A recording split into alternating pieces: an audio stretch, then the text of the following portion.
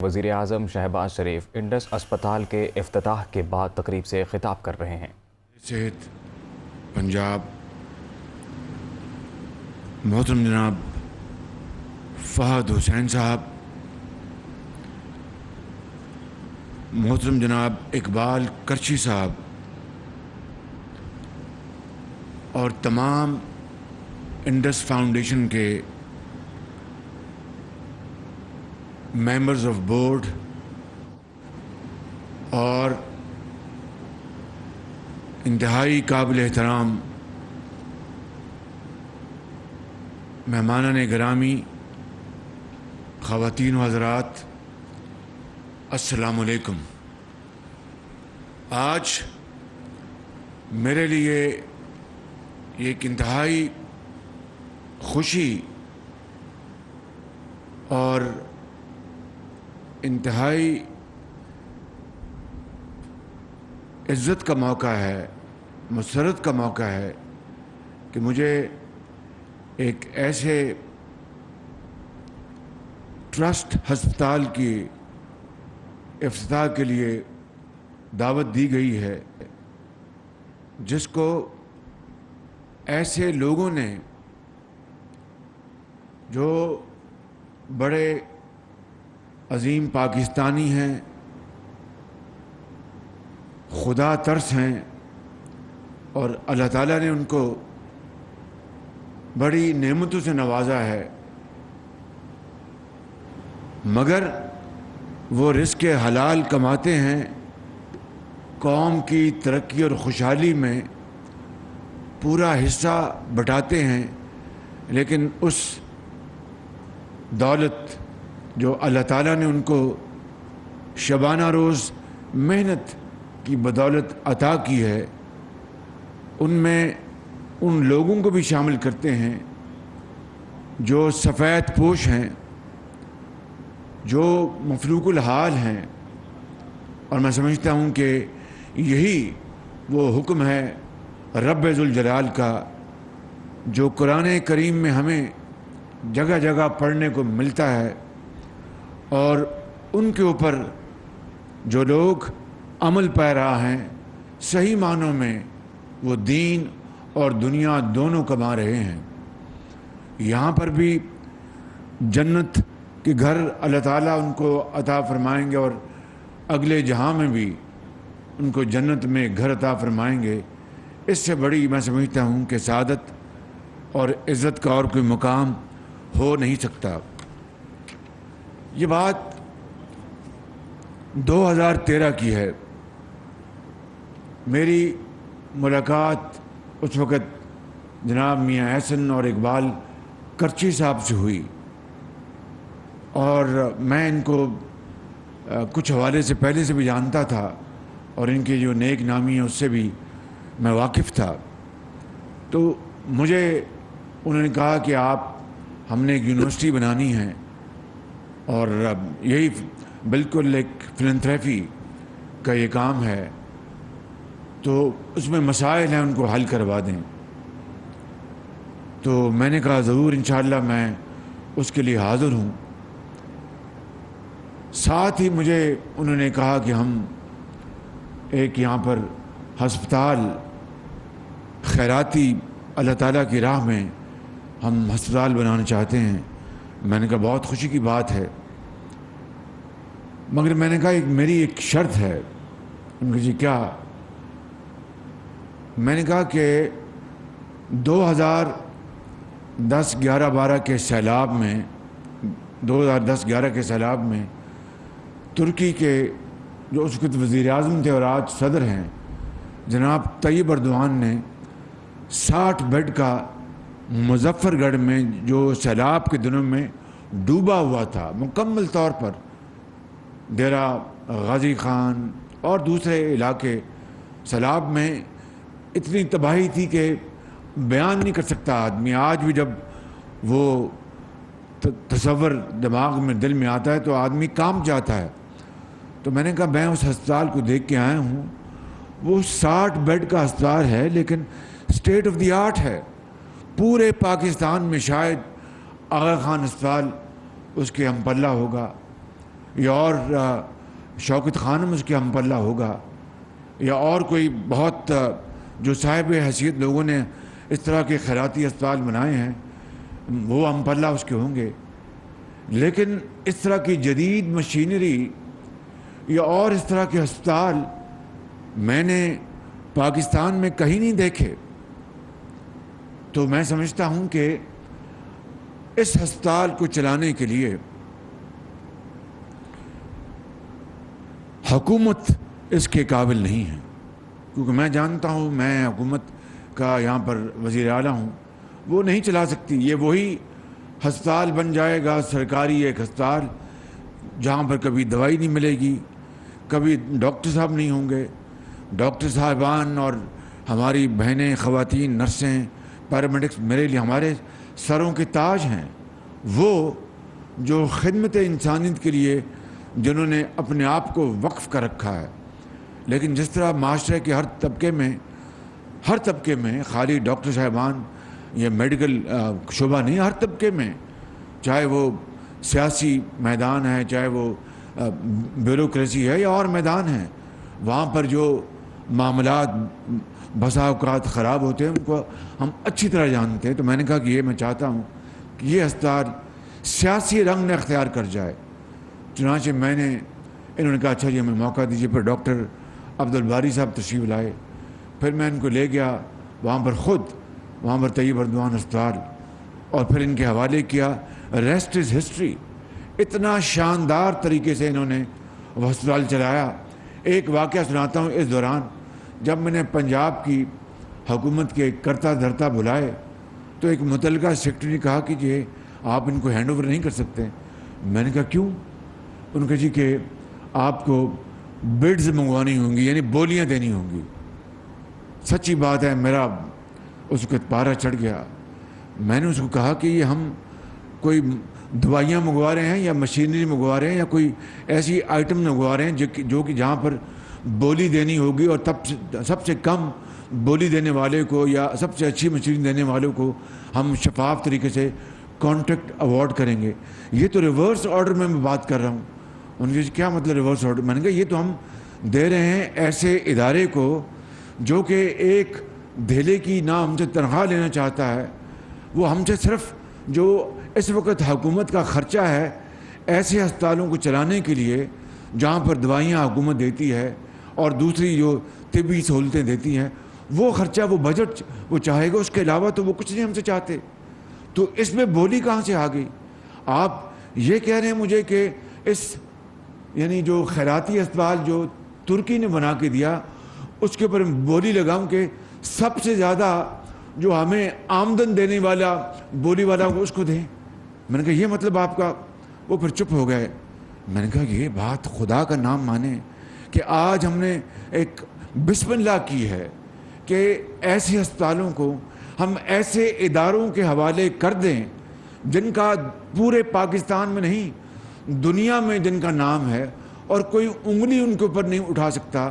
مثال کے طور پر ڈاکٹر باری جو انڈس کے انچارج ہیں، تو میں نے کہا آپ کہتے ہیں کہ ڈاکٹر باری کو میں کہوں کہ بولی دیں مجھے، اور میں حکومت پنجاب میں سب سے زیادہ بولی دینے والے پیسے اس کی جیب میں آئیں۔ میں نے کہا کچھ خدا کا خوف کریں، کچھ اللہ کو مانیں، اور اس جو دکھی انسانیت ہے اس کے اوپر رحم کریں، ترس کریں۔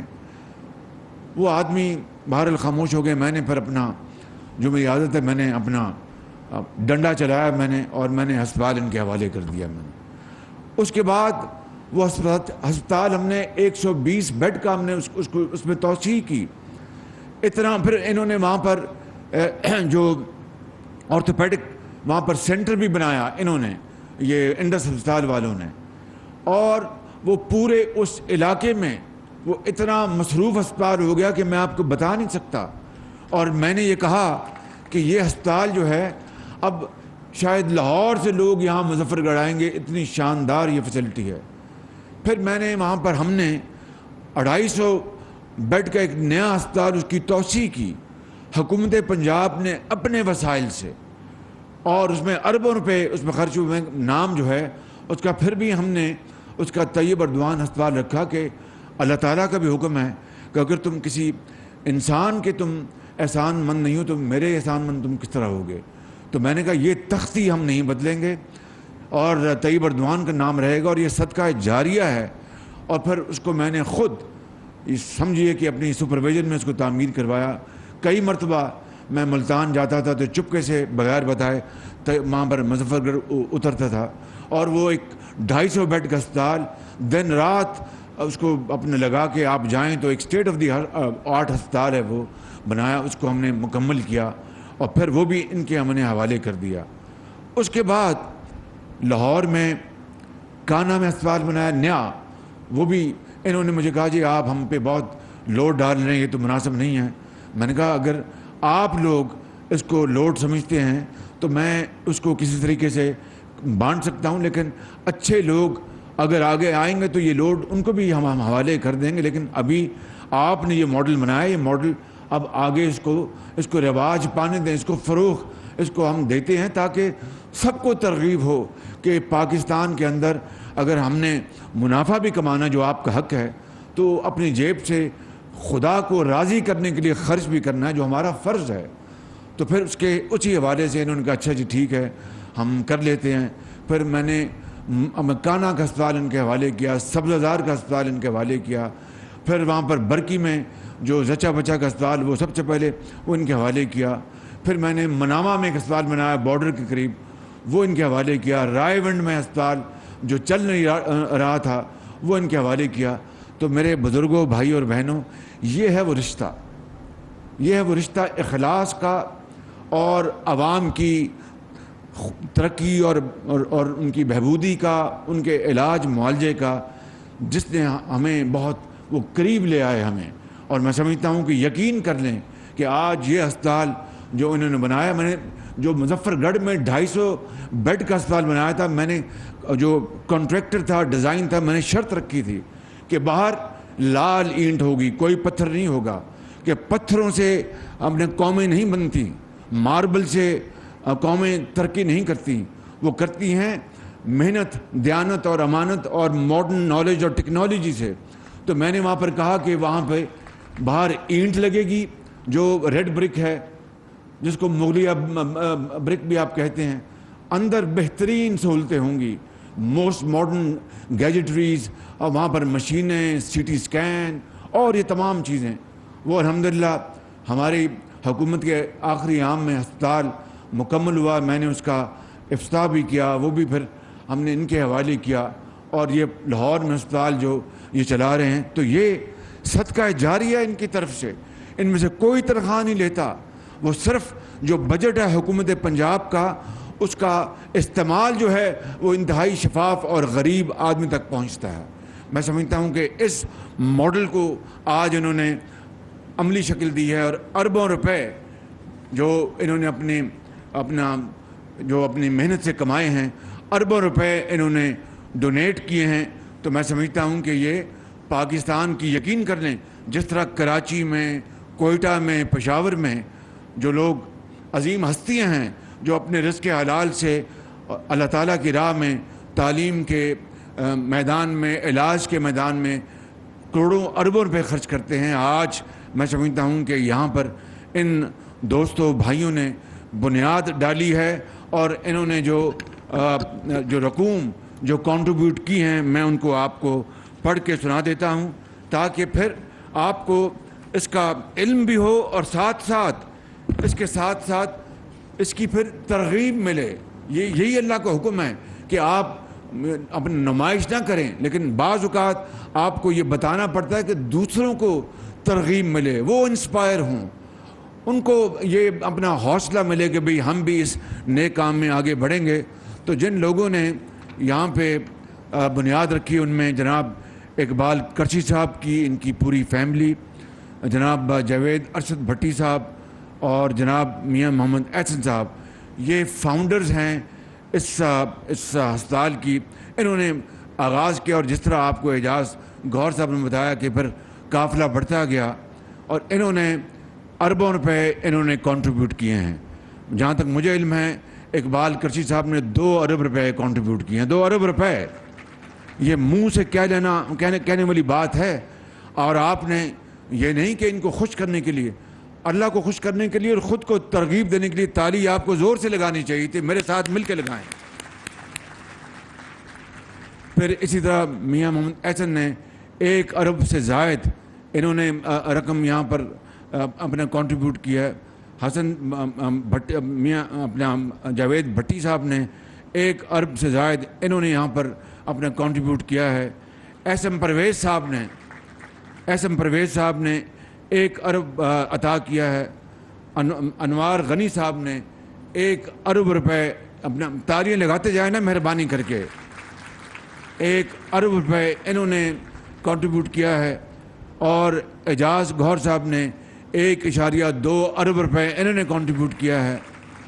اور میاں طلعت و میاں احمد صاحب نے 2 ارب روپے انہوں نے کنٹریبیوٹ کیا ہیں، 2 ارب روپے۔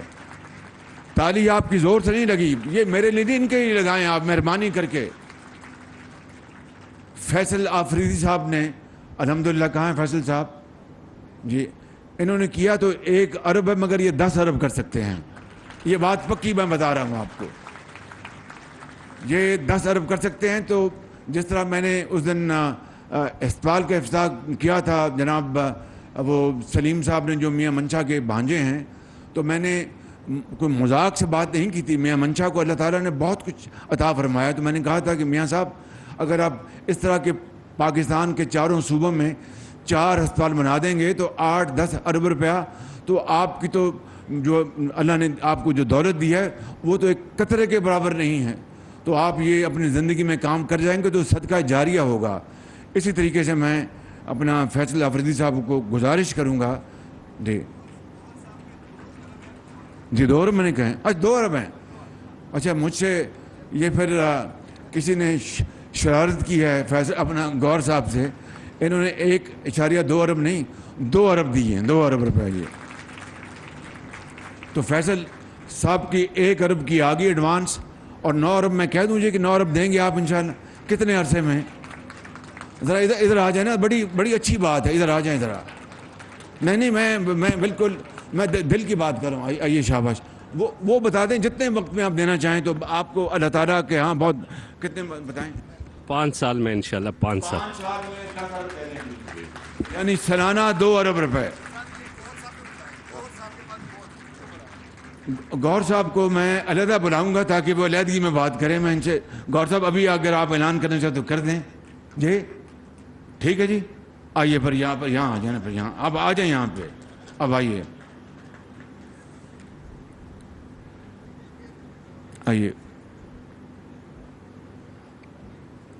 آپ اپنے منہ سے اعلان کریں 5 سال میں آپ کو۔ ہماری طرف سے کمٹمنٹ ہے وزیر اعظم صاحب کو اوپن چیک کی، کسی فکسڈ اماؤنٹ کی نہیں، اور ہم ہر جگہ وزیر اعظم صاحب کے ساتھ کریں۔ اٹس این اوپن چیک، 2 ارب روپے ہم انڈس ہاسپٹل نہیں، میں اوپن چیک نہیں، کلوز چیک چاہتا ہوں، اور اس ہاسپٹل کو چلانے کے لیے اس کے بعد جیسے کرشی صاحب نے کہا، بڑا خوبصورت جملہ ہے کہ چلانا سب سے بڑا چیلنج ہے، تو اس کے اندر ہم 100 بیڈ کا ڈائلسس سینٹر بنا رہے ہیں جیسے آپ کا خواب ہے، اور اس میں سالانہ ارب روپے دے رہے ہیں۔ 5 سال میں 10 ارب آپ کے نام آ گئے، الحمدللہ، بس ہو گیا جی، مہربانی، بہت شکریہ آپ کا۔ تو یہ اب اوپن نہیں، دس از اے کلوز ٹرانزیکشن۔ اور ویسے بھی اپنا یہ ماشاءاللہ بڑے کاروباری لوگ ہیں، آفریدی صاحب بھی ہیں، یہ بھی تو، اور جائز کام ان کے حکومت سے پڑھتے ہیں، جائز کام، میں ناجائز کام کی بات بالکل نہیں کر رہا، جائز کام میں پڑھتے ہیں، تو حکومتیں جو ہیں وہ جو بعض کو افسر شاہی اس میں مداخلت کرتی ہے اور روکتی ہے اس کو، تو میں یہ ان کو یقین دلاتا ہوں کہ جائز کام ان کے ضرور ہوں گے، مگر شرط یہ ہے کہ ہر جائز کے کام کے ساتھ اس ہسپتال میں پیسے ڈالتے جائیں انشاءاللہ۔ یہ بہت بڑی ان کی قربانی ہے، اللہ تعالیٰ آپ کو اس کا صلہ عطا فرمائے گا، اور اس جہاں میں بھی اور اگلے جہاں میں بھی اللہ تعالیٰ آپ کو نعمتوں سے نوازے گا، جو قرآن کریم میں اللہ تعالیٰ نے اپنا فرمایا ہے اور وعدہ فرماتا ہے، یہ میرا وعدہ ہے۔ یہاں پر جید علماء کرام بیٹھے ہیں میرے سامنے، اللہ تعالیٰ ان کو زندگی دے، صحت دے، یہ بڑے قابل اور نیک علماء کرام ہیں، اور ان کی اسلام کی ترغیب کے لیے، ترویج کے لیے بے پناہ ان کے اور ان کے بھائیوں کی، ان کے خاندان کی بڑی ان کی کاوشیں ہیں اور قربانیاں ہیں۔ میں آخر میں 2-3 باتیں عرض کرنا چاہتا ہوں۔ ایک یہ کہ چونکہ یہاں پر